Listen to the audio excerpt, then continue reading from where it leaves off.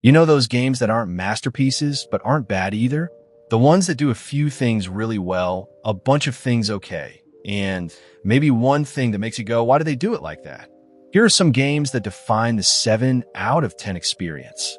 They're going to give you a solid 15 to 30 hours of entertainment, and at least one cool idea you wish a better game would steal.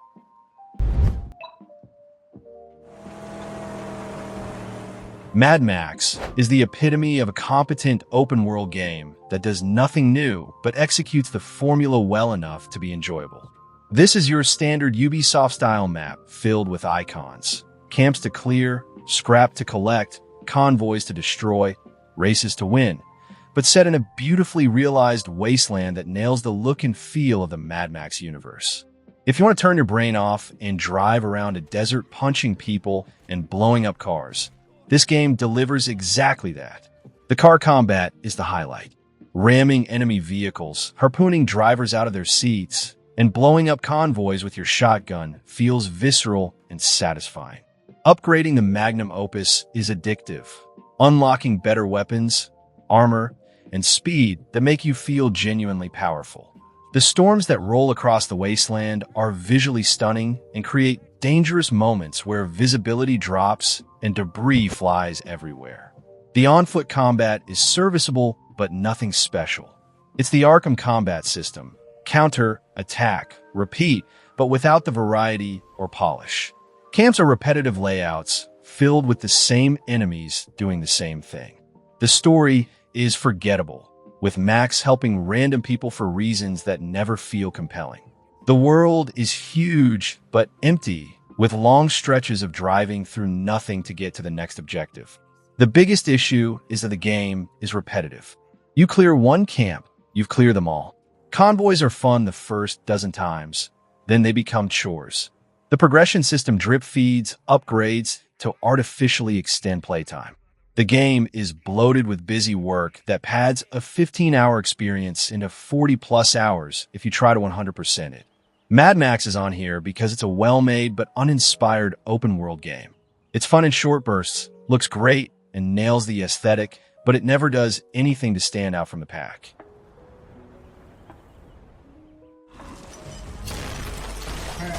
Dark Sector is a game that wanted to be Gears of War, but with a supernatural twist, and the result is a competent but unremarkable third-person shooter that does one thing really well and everything else just okay. You play as Hayden Tenno, a guy who gets infected with a virus that gives him a sentient blade called the Glaive, and that weapon is the entire reason to play this game. The Glaive is genuinely cool. You can throw it at enemies to decapitate them, use it as a melee weapon, charge it with electricity or fire to solve environmental puzzles, and even control its trajectory mid-flight to hit enemies behind cover. The weapon evolves as you progress, gaining new abilities that keep combat fresh. When the game lets you experiment with the Glaive, it's a blast. The problem is that the game doesn't lean into this enough. Too many sections force you into generic cover-based shooting with forgettable guns. The story is a mess of Cold War conspiracy, bioweapons, and corporate evil that never comes together in a satisfying way. The setting, a quarantined Soviet city, has potential but feels underutilized. The graphics are dark and muddy, making it hard to see what's happening half the time. The level design is linear with no exploration or secrets, just corridor after corridor of shooting dudes. Combat is functional when you're using the Glaive, but the gunplay is mediocre. Enemies are bullet sponges, boss fights are repetitive, and the difficulty spikes randomly. The game is short, maybe 6 to 8 hours, which is both a blessing and a disappointment, because just as the Glaive gets interesting, the game ends. Dark Sector is a 7 out of 10 because the Glaive mechanic is cool enough to carry an otherwise forgettable shooter. It's not bad, it's not great, it's just fine. The kind of game you play once, enjoy for a weekend, and never think about again.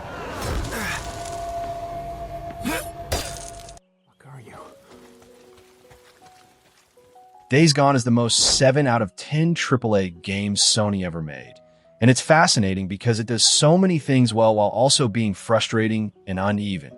This is a zombie survival game set in Oregon where you play as Deacon St. John, a gruff biker searching for his wife in a post-apocalyptic world.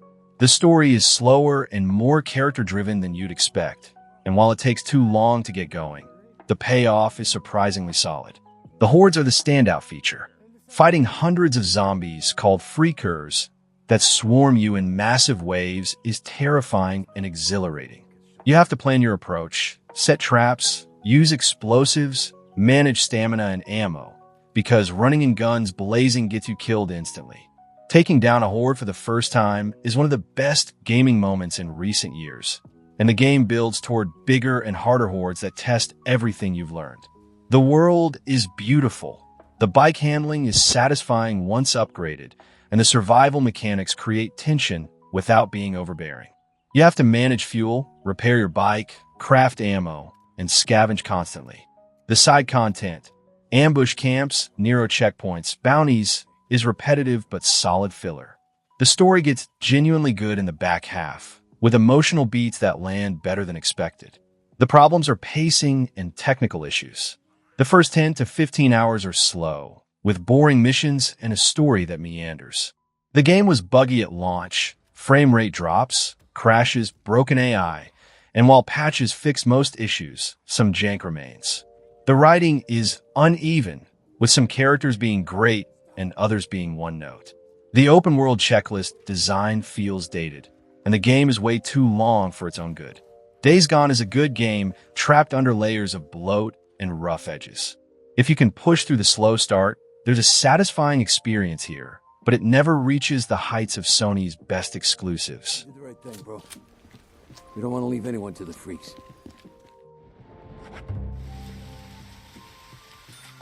Deadly Premonition is a disaster of a game that's also somehow a cult classic, and that contradiction is what makes it the ultimate 7 out of 10 experience. This is a survival horror game that's part Twin Peaks homage, part janky open-world adventure, and part unintentional comedy gold. You play as FBI agent Francis York Morgan investigating a murder in a small town, and the story is genuinely engrossing despite the game falling apart around it. The characters and writing are what make this special. York talks to an imaginary friend named Zach, who is actually you, the player. The townspeople all have bizarre quirks and daily routines, and the whole game has this dreamlike, surreal quality that keeps you hooked. The mystery unfolds slowly, with twists that are equal parts creepy and ridiculous, and by the end you're genuinely invested in these weird people and their weird town.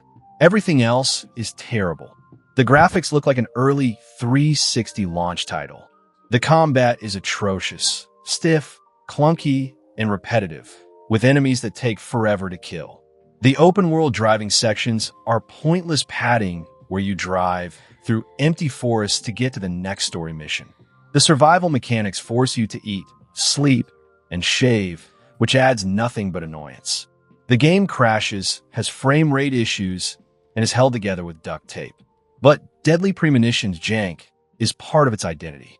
It's the game equivalent of a cult B-movie. So bad it's good, but also genuinely good in ways that polished games aren't. The story, characters, and atmosphere create something memorable despite the terrible gameplay.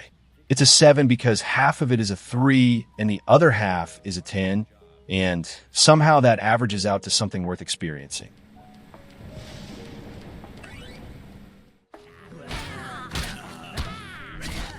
Two Worlds 2 is what happens when a studio looks at Oblivion and says we can do that without having Bethesda's budget or talent, but somehow the result is still weirdly fun. This is a janky open-world fantasy RPG where you play a guy trying to rescue his sister from an evil wizard, and the story is as generic as it sounds. But underneath the rough presentation is a game with some genuinely cool ideas that bigger RPGs should have stolen. The magic system is the standout feature. You can combine spell cards to create custom spells, stack fire damage with area of effect, and add a ricochet effect. And suddenly you're shooting bouncing fireballs that carpet bomb entire rooms. The customization is absurd, and experimenting with different combinations is more fun than the actual combat. The crafting system is similarly deep, letting you break down items and rebuild them with better stats, turning trash loot into powerful gear. The world is big and filled with side quests, dungeons, and secrets, but the writing is terrible and the voice acting is somehow worse. NPCs spout exposition in stilted English that sounds like it was translated by someone who learned the language from a phrasebook. The main story is forgettable, and the pacing drags in the middle with fetch quests that pad out the runtime. The graphics are inconsistent. Some areas look decent, others look like a PS2 game. Combat is functional but clunky, mixing first-person melee and archery with a magic system. Enemy AI is brain-dead, often just running at you in a straight line or getting stuck on geometry. The difficulty spikes randomly, and some encounters are trivial while others feel unfairly hard. But despite all the jank, Two Worlds 2 has a charm that makes it easy to overlook the flaws. It's ambitious, weird, and just competent enough to be enjoyable. Perfect 7 out of 10 material.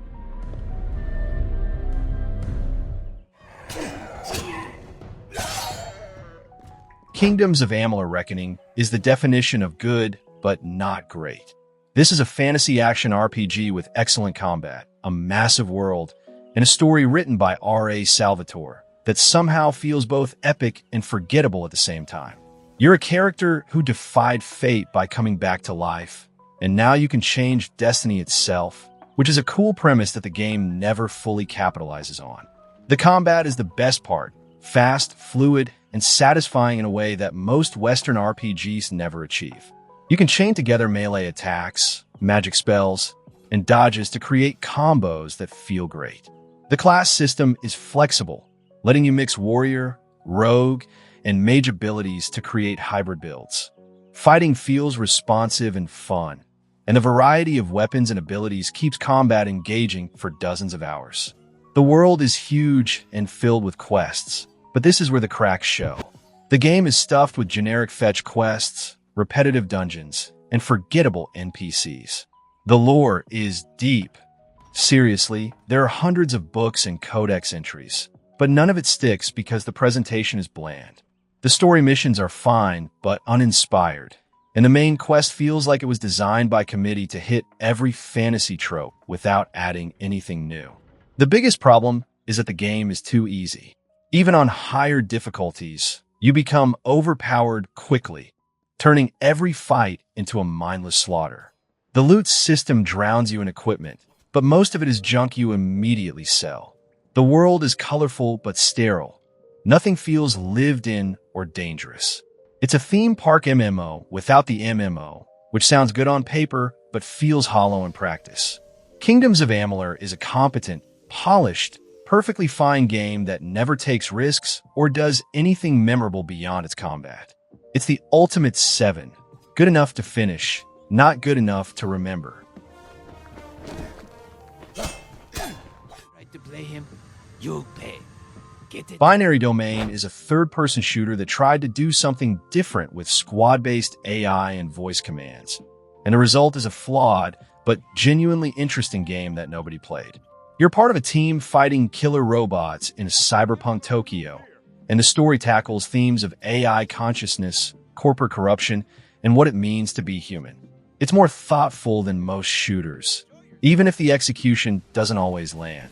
The squad trust system is the unique hook. Your teammates have trust meters that go up or down based on your dialogue choices and combat performance. If you treat them like garbage or shoot them in the back, they won't follow your orders or help you in fights. If you build trust, they become more effective and unlock story moments. The voice command system lets you shout orders into a microphone, which is clunky but novel. It's an ambitious attempt to make squad mates feel like actual people instead of NPCs. The combat is solid third-person cover shooting with destructible robots that lose limbs and heads as you blast them apart. It's satisfying to see a robot stumble around blind after you shoot its head off, and the variety of enemy types keeps fights interesting. The pacing is good, mixing shooting galleries with story beats and boss fights that test your gear and tactics. The problems are in the polish. The graphics are serviceable but not impressive. The voice acting is inconsistent, with some characters being great and others being painfully bad. The AI can be stupid, both for enemies and allies. Some story twists are predictable, and the romance subplot feels forced and awkward. The game is also linear with zero replayability beyond seeing slightly different dialogue. Binary Domain is a 7 because it has great ideas that aren't fully realized. It's a shooter that tries to be more than just shooting, and while it doesn't always succeed, the ambition makes it worth playing.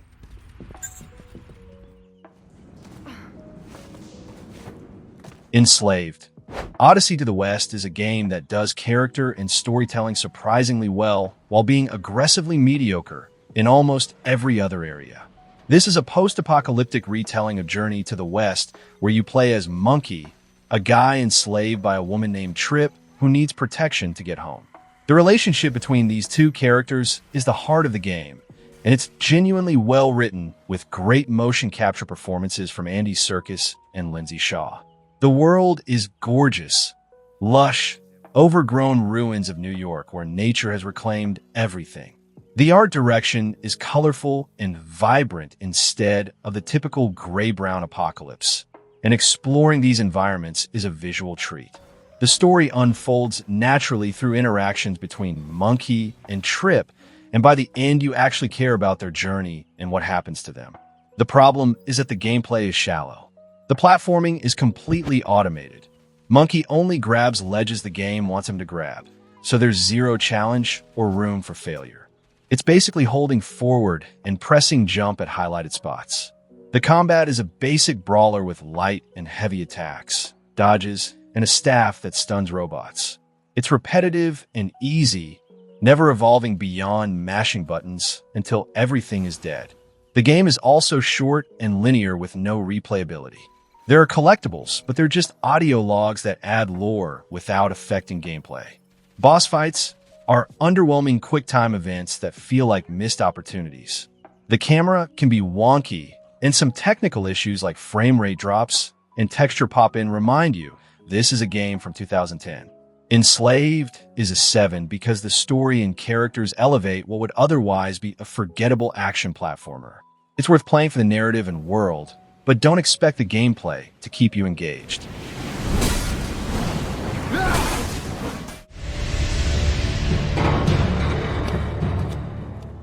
Elex is Piranha Bytes doing what they do best, making ambitious, janky open-world RPGs that are simultaneously brilliant and broken. This is a sci-fi/fantasy hybrid where magic and technology coexist, and you're exploring a post-apocalyptic world filled with mutants, robots, and competing factions. The game gives you complete freedom from the start, letting you wander into high-level areas and get instantly destroyed, which is classic Piranha Bytes design. The world is huge and filled with handcrafted content, no procedural generation or copy-pasted locations. Every area feels distinct, with unique enemies, quests, and secrets. The faction system is deep, with 3 major groups: Tech Zealots, Magic Barbarians, and Scavenger Outlaws, that offer completely different quest lines and philosophies. Your choices matter, and siding with one faction locks you out of others, encouraging multiple playthroughs. The jetpack is a game changer for exploration. You can fly around the world, reach hidden areas, and approach encounters from unexpected angles. The verticality it adds to exploration and combat makes it feel unique compared to other open-world RPGs. The progression is satisfying. You start weak, and every level up and gear upgrade feels meaningful. The problems are everywhere. The combat is terrible, clunky, floaty, and unresponsive with terrible hit detection. The early game is brutally hard because everything two-shots you, and you deal no damage.